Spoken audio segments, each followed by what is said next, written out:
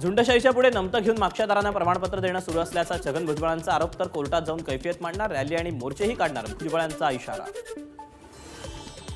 जरांगे 3 कोटी मराठा मुंबईत आणणार होते, 3 कोटी आले की 3 लाख हे सगळ्यांनी बघितलं. ज्याला 3 कोटी आणि 3 लाखाचा फरक कळत नाही तो आरक्षण मागतोय, भुजबळांची जरांगेंवर टीका. गेले 3 ते 4 दिवस गावागावात उन्मादी उत्सव सुरू, ओबीसी कुटुंबांना त्रास दिला जातोय, शिवीगाळही केली जाते, छगन भुजबळांची संतप्त प्रतिक्रिया. सगळे सोयरे आणि गणगोत यांच्या प्रतिज्ञापत्राद्वारे कुणबी दाखले देण्यासाठी काढलेल्या मसुद्याला ओबीसी संघटनांचं हायकोर्टात आव्हान. पुणे विभागातील पुणे, सातारा, सांगली, कोल्हापूर आणि सोलापूर या जिल्ह्यांचा राज्य मागासवर्ग शुक्रवारी घेणार आढावा. सर्वेक्षणाचं कामकाज, येणाऱ्या अडचणी आणि झालेलं काम याबाबतची माहिती यावेळी घेण्यात येणार.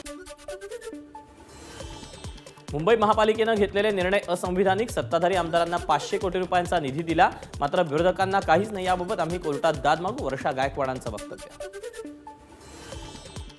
विरोधी पक्षातील आमदारांना मुंबई महापालिकेकडून विकास निधी देताना दुजाभाव, मुख्यमंत्री शिंदेंच्या आदेशानं ठाकरे गटाच्या एकाही आमदारांना विकास निधी मिळालेला नाही, आमदार अजय चौधरींचा आरोप. रस्त्यावर उतरून पालकमंत्र्यांना जाब विचारणार असल्याचाही इशारा. महालक्ष्मी रेसकोर्सची जागा मित्राच्या घशात घालण्याचा शिंदेंचा डाव, वर्षा गायकवाड यांचा मुख्यमंत्री शिंदेंवर निशाणा, तर याविरोधात आवाज उठवणार असल्याचंही वर्षा गायकवाड यांचं वक्तव्य.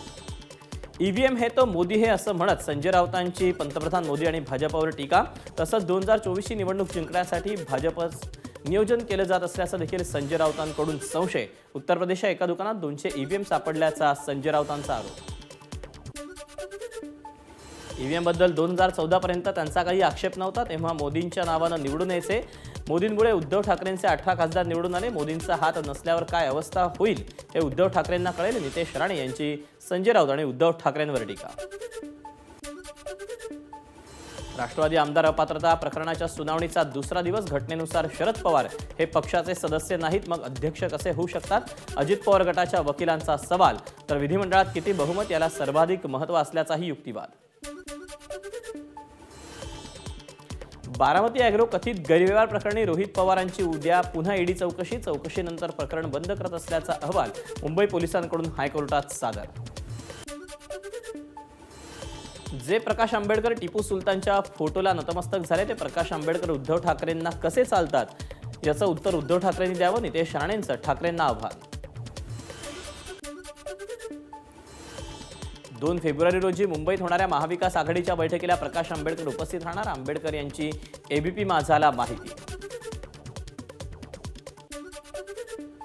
श्रीकांत शिंदे, छगन भुजबळ, आदिती तटकरे यांच्यासह 20 नेत्यांविरोधातील खटले मागे, तर गिरीश महाजन, संजय केळकर, रक्षा खडसे यांच्यासह 17 लोकप्रतिनिधींविरोधातील खटले मागे घेण्याचं प्रस्तावित.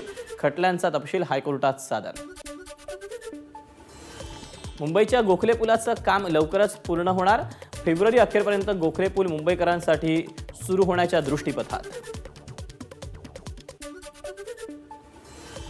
12वीच्या प्रात्यक्षिक परीक्षांवर महाराष्ट्र राज्य शिक्षण संस्था संचालक महामंडळाचा बहिष्कार. बोर्डाकडून साहित्य घेण्यास आणि प्रात्यक्षिक परीक्षांना सहकार्य करण्यास नकार. प्रलंबित मागण्या पूर्ण करण्याची मागणी.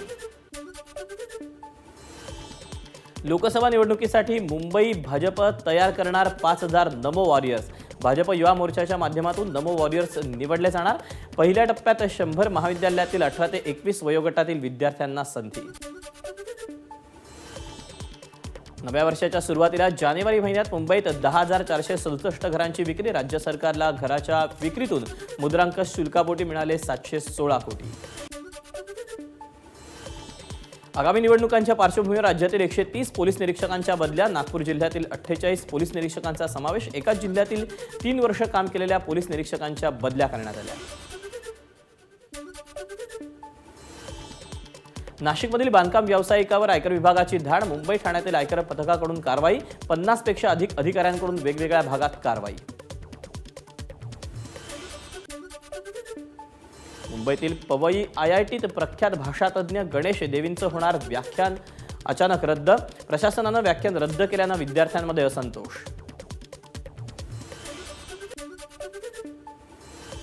पालघरच्या दापचरी प्रकल्पासाठी करारावर देण्यात आलेली जमीन परत घेण्याची शासनाकडून हालचाल.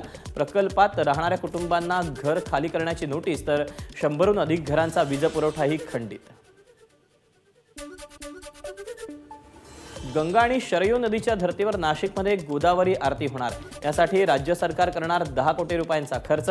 आरतीमुळे वादाची मालिकाही सुरू। पुरोहित संघ आजपर्यंत आरती करत आले, मात्र याचे सर्वाधिकार एका समितीला दिले जात असल्याचा नवा वाद।